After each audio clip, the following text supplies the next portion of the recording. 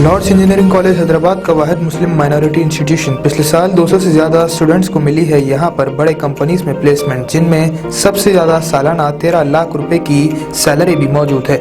Admissions और details के लिए नंबर्स पर कांटेक्ट करें। अस्सलाम वालेकुम नाज़रीन, आइए नज़र डालते हैं आज की अहम खबर पर।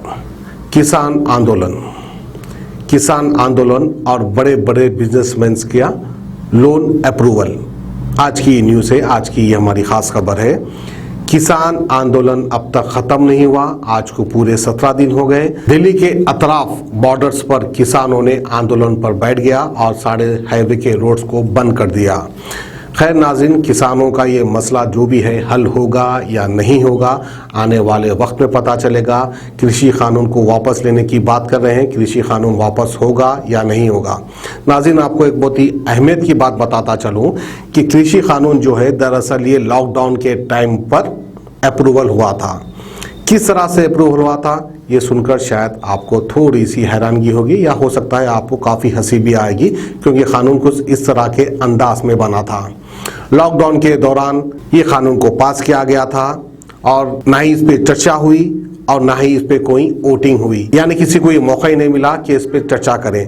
तो फिर ये कानून किस तरह से पास हुआ? हमारे स्पीकर साहब ने कह दिया था कि कृषि कानून पास करना है या नहीं करना है। जितनी तादाद में आवाज़ हाँ बोलकर आएगी हम ये कानून को पास करेंगे, और ना बोल की आवाज़ आएगी तो हम ये कानून को नाकाम कर देंगे। तो जाहिर सी बात है, सबसे ज़्यादा बहुमत के सीट से हुए बीजेपी को है, तो बीजेपी की आवाज़ ज़्यादा आ गई। हाँ हाँ हाँ, इस तरह से चिल्लाया था।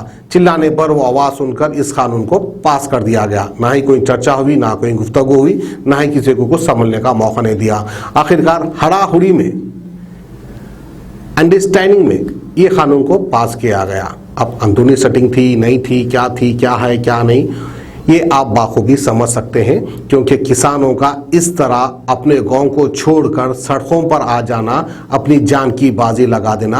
अब तक कुछ किसानों की जान भी चली गई है सड़कों पर बैठने से, क्योंकि सर्दी का मौसम है। ये तो आप जानते ही होंगे कि दिल्ली में किस तरह की सर्दी होती है। बहरहाल अब तक कुछ किसानों की जान भी चली गई, लेकिन कृषि कानून वापस होने की बात अब तक नहीं हुई। तो नाज़रीन, जैसा कि मैंने आपको बताया था पिछली एक न्यूज़ में, कृषि कानून से बिजनेसमैन को क्या फायदा होने वाला है। जैसा कि मुद्दे की बात मैंने आपको बताई थी कि सोर्सेस के हिसाब से हमको ये पता चला है कि हरियाणा पानीपत में एक गांव है जिसका नाम है मोल्टा गांव। उस गांव में जो है हमारे देश के बड़े बिजनेसमैन अडानी ग्रुप्स की 100 एकड़ जमीन है। उस जमीन पर एक गोदाम बनाया जा रहा है। एक गोदाम बनाकर वहां पर अनाज का स्टॉक किया जाएगा। स्टॉक करने के बाद मनचाहा रेट से ये बड़े डीलर्स, बड़े बिजनेसमैन जो है अनाज को बेच सकते हैं।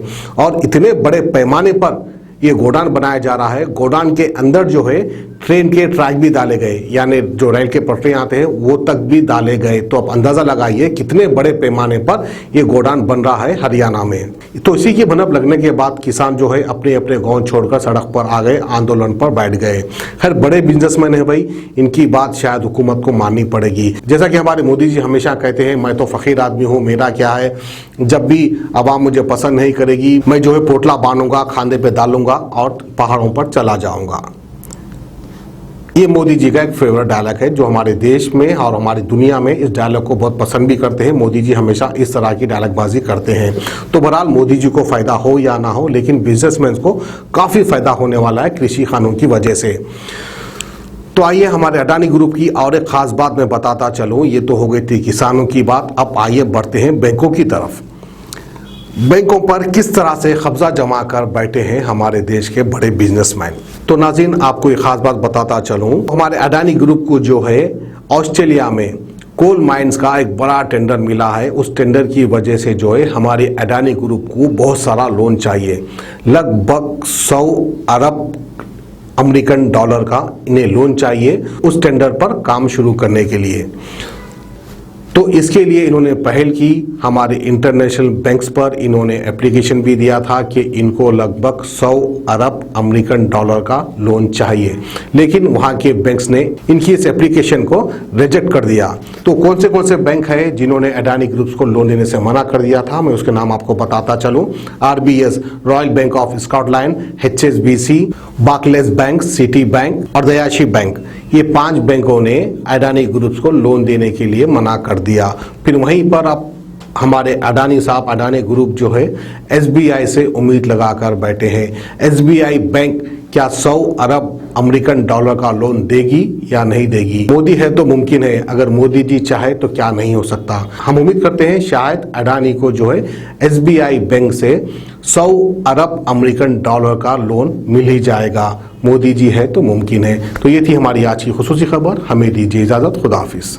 किडनी के अमराज से परेशान मायूस लोगों के लिए खुशखबरी। R&S यूनानी फार्मेसी किडनी और गॉल ब्लैडर स्टोन के खात्मे का जरिया। अब UNI स्टोन कैप्सूल्स के जरिए खात्मा कीजिए। No operation, no side effects, 100% result. सिर्फ UNI स्टोन कैप्सूल से मुस्तहिक लोगों के लिए खुसूसी रियायत। फिर से पथरी न होने का मुकम्मल इलाज। दर्द, कॉन्स्टिपेशन और पुराने कब्ज से निजात पाइए। आज ही तशरीफ लाएं। R&S यूनानी pharmacy, first floor, syndicate bank, Bahadurpura x road, Hyderabad. Contact 9703 939 436 9063 383760।